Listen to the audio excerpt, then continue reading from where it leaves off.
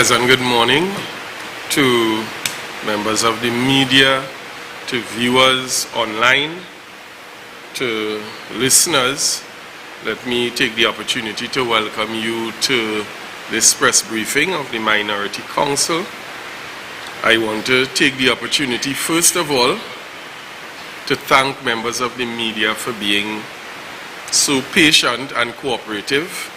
As you can see, we have a warm environment this morning. We continue to experience significant challenges with our office space and being able to carry out some of the basic functions. We would have attempted to address this air condition issue last night, and that was one out of several attempts, but it continues to be a challenge. That has, as well, among other things, as you can see just to my immediate rear, we have an issue where the paint is even swelling and coming off the walls, and the air condition in the main room is leaking. The minority leader is laughing because these are significant challenges that we have been facing for the past couple months, and it severely affects. I know some of you even would have indicated to me on entry the issue of parking and having to walk from, in some cases, downtown to the office here. And again, this is another challenge that we are posed with. However, we have been knocking at the door of the chief administrator, and several attempts have been made, letters have been sent, and we do expect that she would use her good office to address some of these pressing needs and challenges that the Minority Council continues to experience in as quickly a manner as possible. And so we really want to thank the Chief Ad in advance for paying close attention to some of our issues. I want to encourage those viewers to share the live as we are about to get into the press briefing. At this time, let me take the time to recognize the minority team that is present, and at that same time introduce to you the minority leader, Assemblyman Kelvon Morris.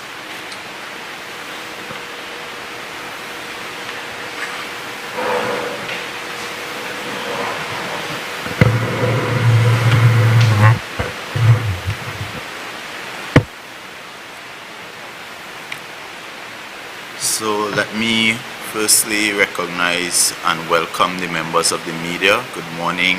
Good morning, Tobago. Good morning, Trinidad and Tobago. Everyone locked on live on Tobago Updates, we thank you for joining us here this morning for yet another press briefing where we as a minority come to you to, highlighting some of the issues of the day. I would want to start by really congratulating our SCA students who would have persevered in the midst of a pandemic. I know some of us would have seen the scores, and yes, there are some concerns that the scores may not have been up to par with what we are accustomed to. However, we must remember that these students would have had to encounter challenges that none of us in our time would have had to endure, which is a pandemic, having to navigate the whole issue of online learning, having the uncertainty and the insecurity of their safety while at school as well. So I want to salute them as heroes for actually being able to stay the course and completing their SCA exams. And now we can celebrate their results, and we wish them the very best in their education going forward into secondary school. We also await the results of the CXC students, and we expect and we hope that they too will do us proud, and I want to congratulate them in advance as well. I also want to congratulate our local vendors who came out yesterday at the Castara night market event, which was hosted by the Division of Community Development. Yet again, our entrepreneurs continue to rise to the occasion, and avenues of this we welcome and we support, because we believe that we have to encourage and we have to give support to our local vendors and entrepreneurs, and this night market is one of those ventures that I believe provides that kind of platform. I want to also take some time to highlight and big up and shout out and congratulate some young athletes from the village of Wim. Young Nikosi Tony, who would have won the Rainbow Triathlon tournament. We have Elvis Turner, who also came third. Kelalicia George, who is now on the playing with the national under-23 netball team. She also hails from Bakil Wim. And of course the James brothers, Orlando James, who would have graduated from the Trinidad and Tobago under-15 team. And at 16 years, he is now on the Trinidad and Tobago under-19 team. And of course his brother, who is a former West Indies under-19 player. And Joshua is now part of an elite emerging camp of West Indian promising cricketers. So it means that Joshua is on the verge, and it keep on knocking on the door in terms of making the West Indies team. And that is something we are all as Tobagonians should highlight, should be proud of. And as someone from the village of Wim, understanding the challenges in Wim, understanding the lack of resources and the lack of facilities in Wim, and to see that Wim continues to produce sporting excellence of high repute, both in cricket, football, track and field, netball, I think is something that we as a village of Wim could celebrate. We should be proud, and we should these young men and women, we need to really acknowledge them. And I would want to do something special for each of these young men and women when they return from representing our country.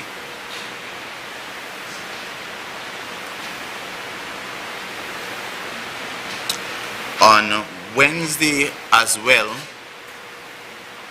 the Minority Council, we would have invited Miss Kenya Yaya Cordner to our office, and although we don't have the facility of supporting persons at the level of the public purse, we would have combined our personal resources, and we contributed what I believe is a reasonably very good sum of funds to the 7v7 youth tournament that Ms. Yaya Cordner would be having at Speyside. We believe that it is very important that we continue to give support to our young people.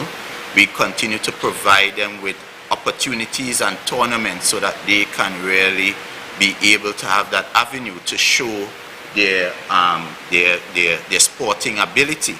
And therefore we would have come together and put together some funds, and we donated to this tournament, and we want to wish her the very best, and we want to commend her as well, because oftentimes persons who are afforded an opportunity to be able to go to the next level in terms of their professional career sometimes take for granted the ability and to give back.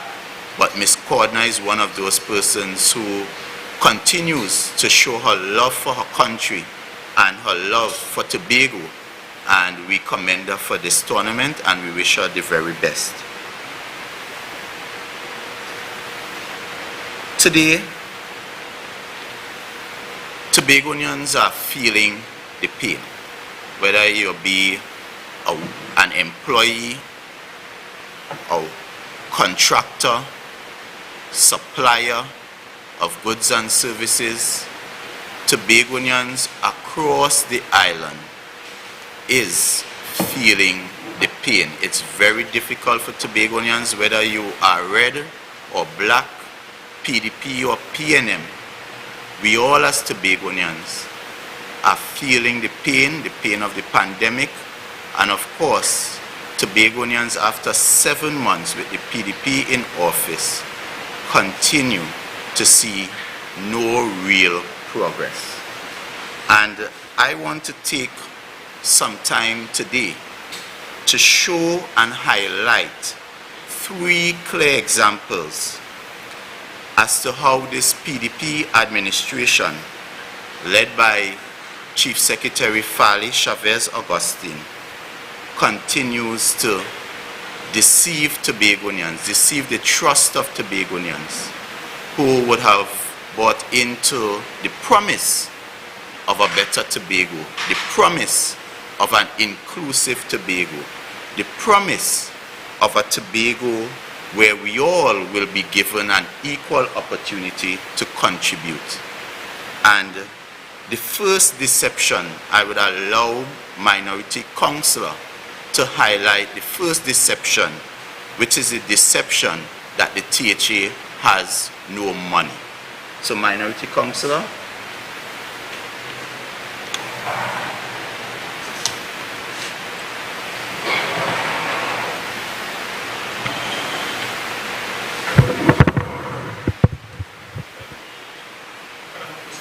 Which one? This one?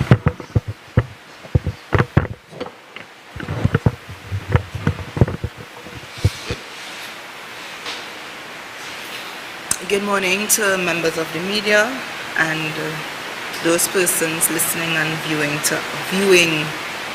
this press conference. Thank you for tuning in. As the minority leader would have indicated, what I want to do this morning is just to review based on a report, the last report that was presented in the Assembly Legislature, the Tobago House of Assembly monthly budget reports as at the end of March 2022. And this was the last report that we would have received in the House. And I just want to share in terms of the total allocation to the Tobago House of Assembly. And this is $2.399 billion. And this includes the allocation for the recurrent expenditure, development program, as well as the supplementary funding that was received at the midterm review. And as I go through the statement, I will deal with the expenditure in relation to recurrent and development program as is presented in the statement. And from the statement, it reveals that at the end of March, for recurrent expenditure, the Tobago House of Assembly would have received from the Ministry of Finance the sum of $1.025 billion, and this is for recurrent expenditure. As it relates for development program, received from the Ministry of Finance as at March 31st is $132.067 million.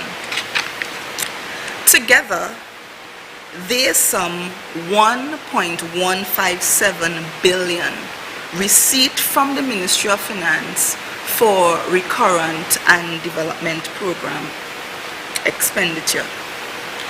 If we look at the expenditure to date based on the report, it says the expenditure for recurrent as at the 31st of March is $918.953 million.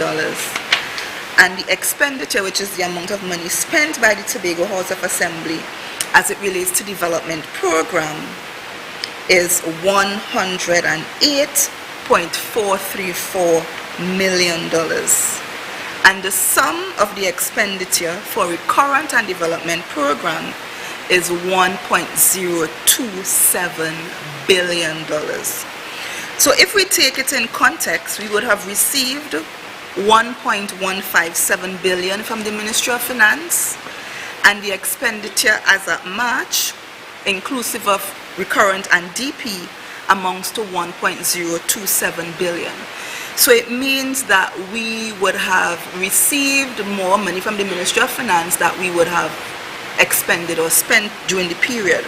So it leaves a balance on releases of $129.68 million. If you take it a little further, based on our parliamentary allocation that would have indicated earlier of $2.399 billion, and the amount we would have received from the Ministry of Finance of $1.157 billion, there's a balance on the allocation of $1.243 billion. And it therefore means that the Tobago House of Assembly, based on the expenditure, would have funds to cover whatever expenditure and commitments they would have coming forward. And this 1.243 billion does not take into consideration the balance on releases, which is the difference between what we would have received from the Ministry of Finance and what we expended by the THA of 1.268 billion.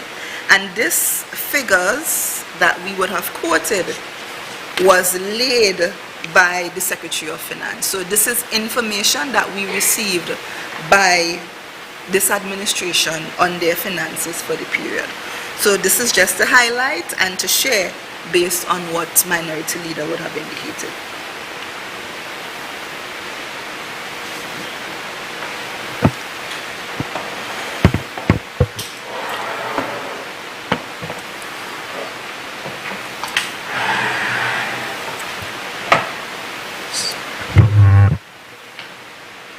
So, ladies and gentlemen, what Minority Councillor would have just shared with you is a clear picture of the reality of Tobago's current financial status. And that is in stark contrast to what we would have the Chief Secretary, the picture the Chief Secretary would have painted on taking up office. You would recall that there was big headlines, basically the sky is falling, Tobago has no money to carry out its regular development program, Tobago has no money to meet basic obligations such as paying staff and paying suppliers and so forth. But here it is. Clearly, it's showing that we were able to meet all our commitments, and still there's a remainder on the balance of allocation, balance of releases, right? So the question has to be asked, can we trust the words of the people that currently governs this island? Because we are being sold a picture where the Chief Secretary is saying that the finances is such that they cannot meet certain obligations, but on the same hand, you are seeing funds being allocated, and we have no issue if you want to bail out Maxi Taxi. We have no issue if you want to bail out businesses. But at the same time, we have an issue with you misrepresenting the facts. And we would continue to call out this administration because they would have campaigned on a premise of transparency, accountability, and good governance. And we are therefore saying, if you are to hold true to that promise, then you must be honest in every aspect. I want to move on to deception number 2. And deception number 2 has to do with this ongoing issue of termination of contracts. You will recall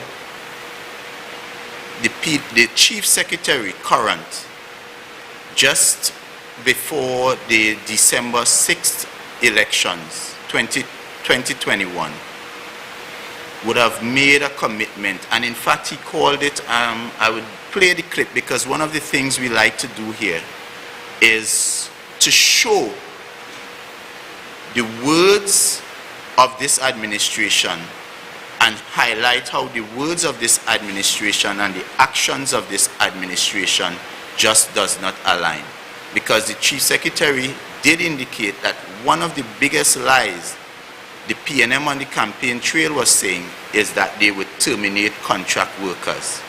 And he called it a lie. So I'm going to allow Mr. David to play that clip so all of Tobago can hear for themselves. This is not Kelvon words. This is not Councillor Daniel Benoit's words. These words belong to the current Chief Secretary. Line number one they have told you is that you will lose services when you vote for the PDP. You have no service to lose when you vote for the PDP.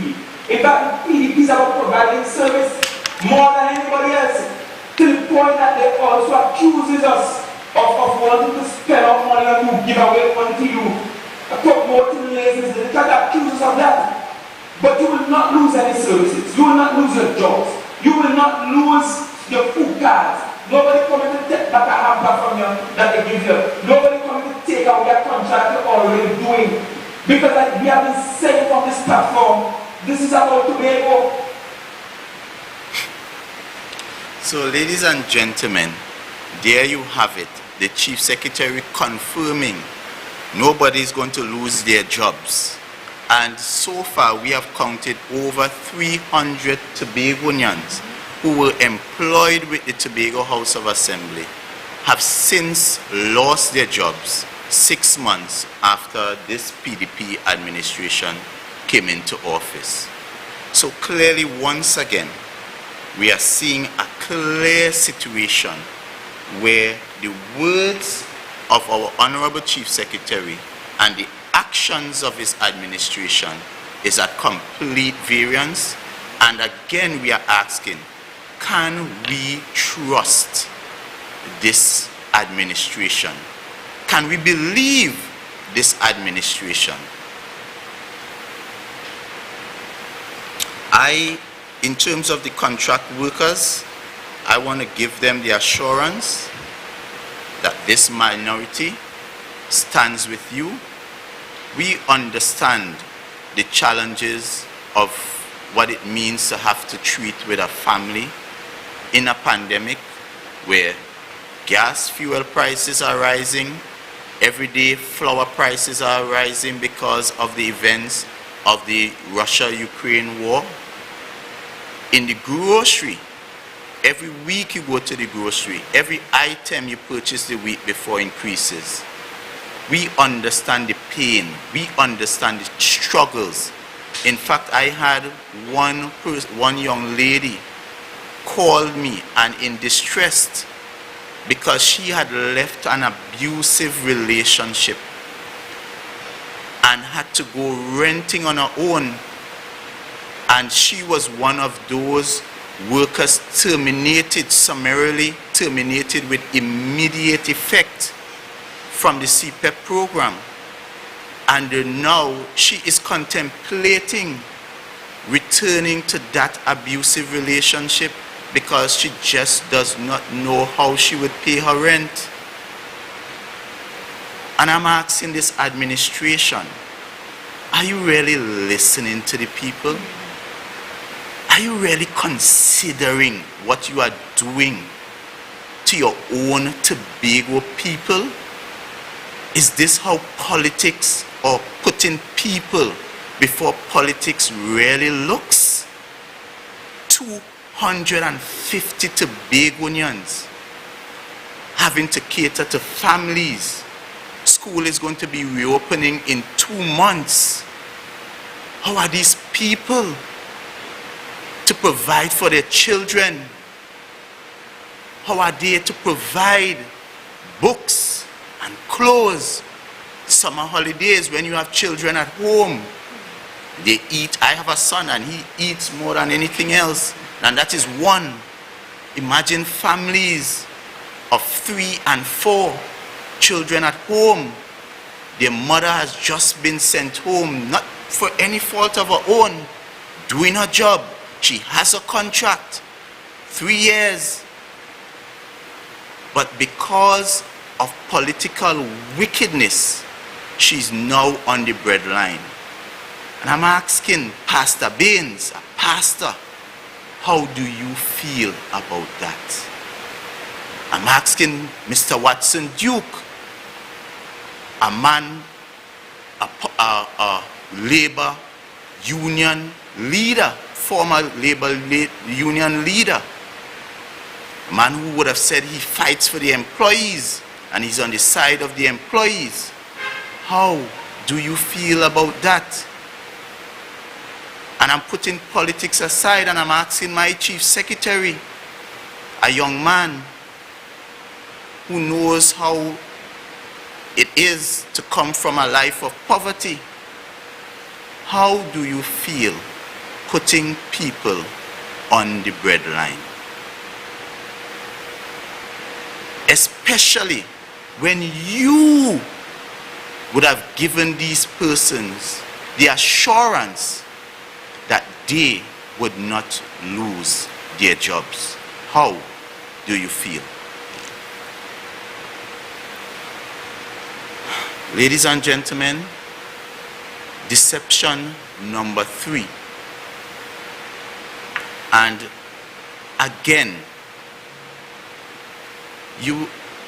we are seeing where this administration, especially this chief secretary, gives a commitment and in the same breath, without any care for his word, turns around and reneges on that commitment. And that deception is to the contractors. I hold no briefs for the contractors. I hold no briefs even for the past administration in terms of how or the manner in which the contracts were done. I'm saying if there are issues with that, let the chips fall where they may. But once you give a commitment to pay, which the chief secretary, I remember it was carried, I have this document here, where a meeting was held and Tobago contractors were promised that they would receive some payment by June 24th. And these contractors left the meeting so relieved. In fact, some of the contractors I know had black hair before December the 6th. And when you see them now, their hair are all gray because the pressures of the bank calling, the pressures of suppliers calling, the pressures of not being able to meet weekly wages to the workers. And these contractors were so relieved that after putting out great expense, they were going to be paid at least some portion of the money on June 24th. And more than that, it wasn't just the contractors. The chief secretary also met with the financial institutions, and he gave a commitment to the financial institutions who are knocking on the contractors' door because they would have financed the works, that the contractors would be paid by June 24th. So the banks also were looking forward to this payment. And yet again, this chief secretary did not keep his word.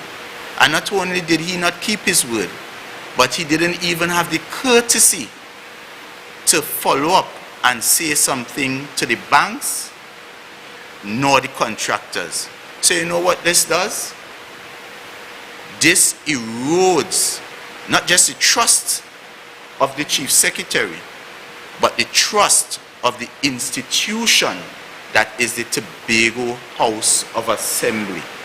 And it means, therefore, that persons seeking financing who are either employed with the THA or who are doing business with the THA would find it very difficult to convince the bank to get funding going forward because the bank just does not have confidence in the institution, that is the THA, because we have a chief secretary who just won't keep his word. And I have him, I'm sure, Mr. David, you have the clip with him. Go ahead. Has quarterly, the gap quarterly between first tax payments of funds commensurate to the letters of work that were issued in 2021. We will call that the former executive and committed to spend $300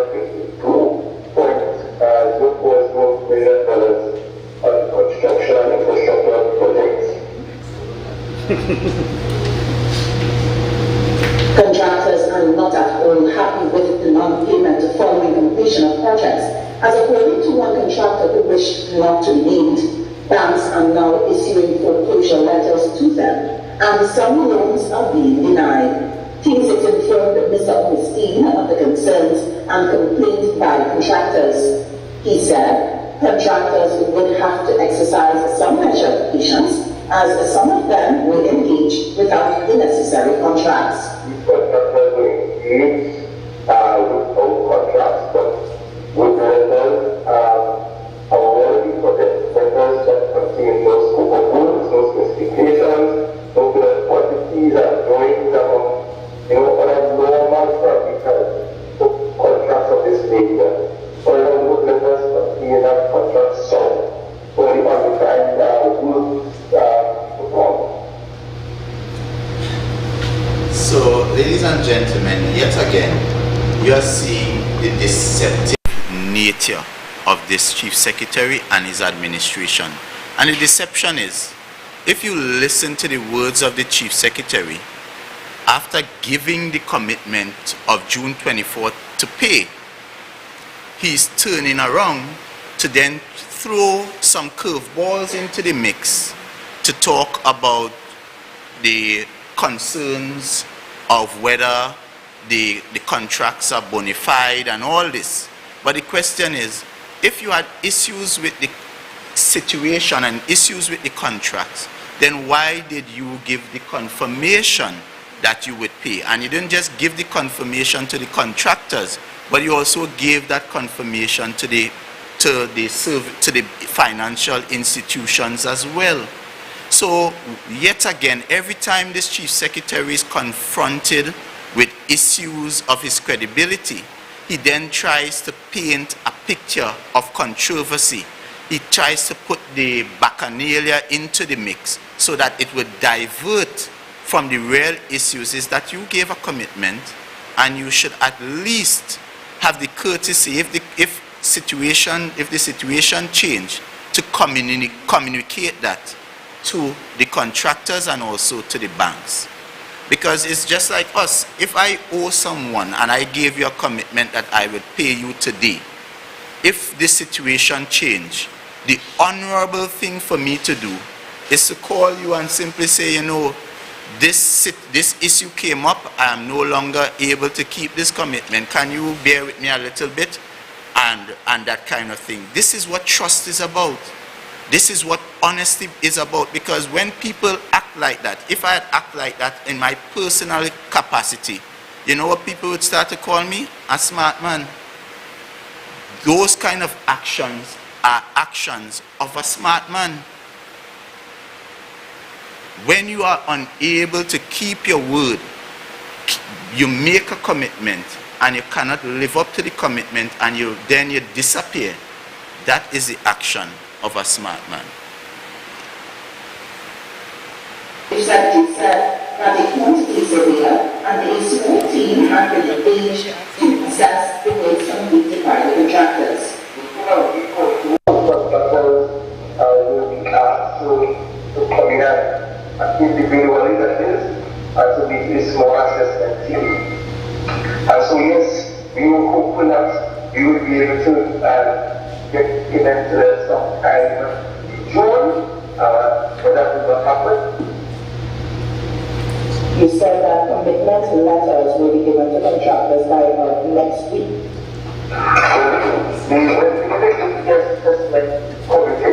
The assessment committee will then be in a position to issue them letters that will indicate to them what the first payments will be.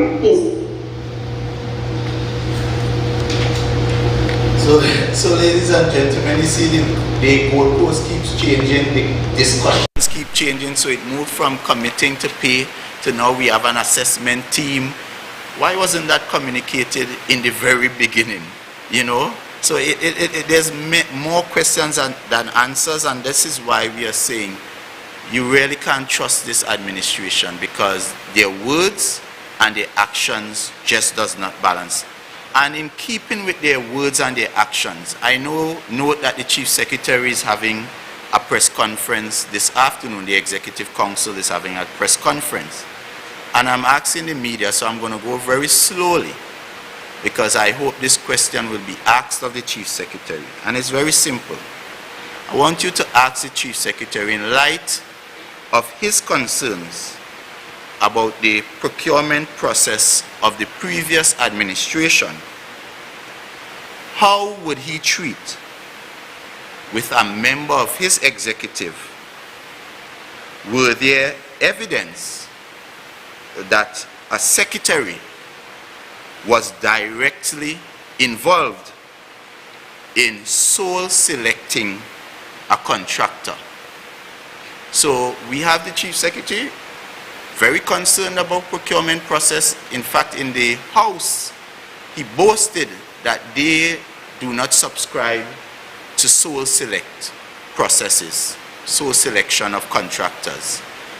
So I am very curious to find out what is his policy and what would be his position if evidence was to surface that one of his secretaries would have been directly involved in the sole selection of a contractor.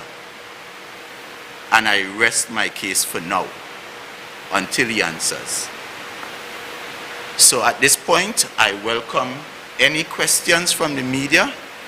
And once again, we want to thank everyone who is logged on and listening to this press briefing.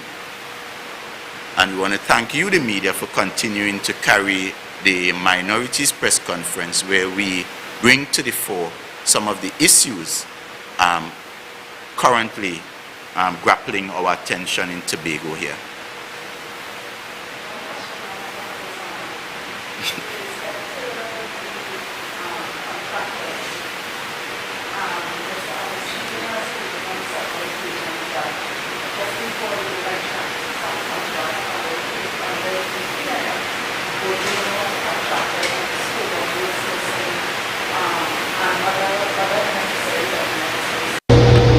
He said it's because of what PNM did in terms of those contracts to those contractors that the THA is in the mess that it is in at this time. What is your view on that? Ms. Williams, I won briefs for the previous administration. In fact, I was not part of the previous administration, and therefore I do not have the information. However, I would allow them, I'm sure they would be able to justify what process was used and why that process was used. What I know is that the Chief Secretary is conflating issues, because there are contracts that were properly given out, properly completed, and is still owed. And my position is, where there is verifiable invoices, then those verifiable invoices should be paid. Because I note a lot of persons are saying, well, it's the PNM administration that incurred the bill, so the PNM should pay.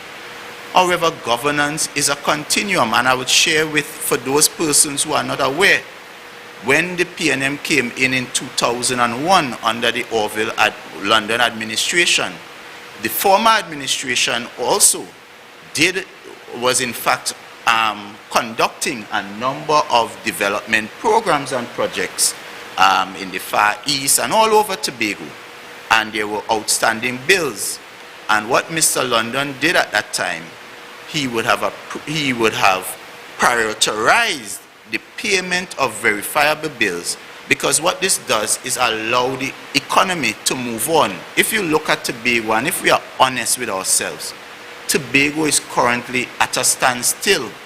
And Tobago is at a standstill because those persons who have the wherewithal to have the rippling effect, that is contractors paying their workers, workers shopping, the hardwares who are owed, and all this kind of thing, nobody is being paid, and therefore there's a little money to spend. And we are all feeling the pain because of the irresponsible behavior, the deceptive behavior of this PDP-led administration.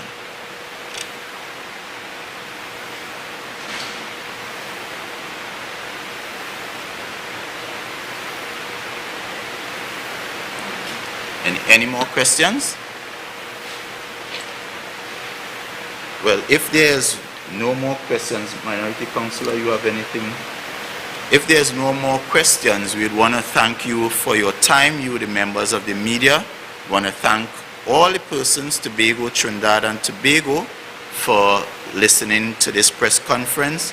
And I really want to close by encouraging Tobagonians, again, to, at this point, we have elected a political organization to manage the island's affairs.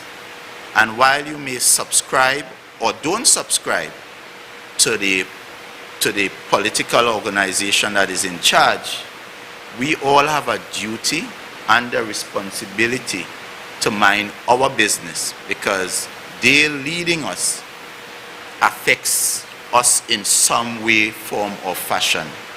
And we need to put down the political colors at this point and really treat with the issues as they come. And where there are opportunities, where they are doing well, we all should congratulate them, we all should support them, and we all should applaud them as we continue to do. And when there are issues that are of concern, we all should raise our collective voice in condemnation, because together, for us to be the greatest little island, which I subscribe to, I would love for my island of Tobago to be the greatest little island where we all have, where there is opportunities for all, where there is fair play, where every child, every boy, every girl can come to expect a high standard of living. We all need to do our part in holding this administration accountable. And yes, I do see the different discussions about Kelvon Morris as minority leader, but I don't do it for the likes. I do it for the people. And I would continue to lead this minority side with a level of honesty, sincerity, humility, and I don't have all the answers. In fact, I'm quite inexperienced, and I take no bones in admitting I'm inexperienced. But I would do it to the best of my ability and as much as God would inspire me and strengthen me. And this is my commitment to you, the people of Tobago. I thank you.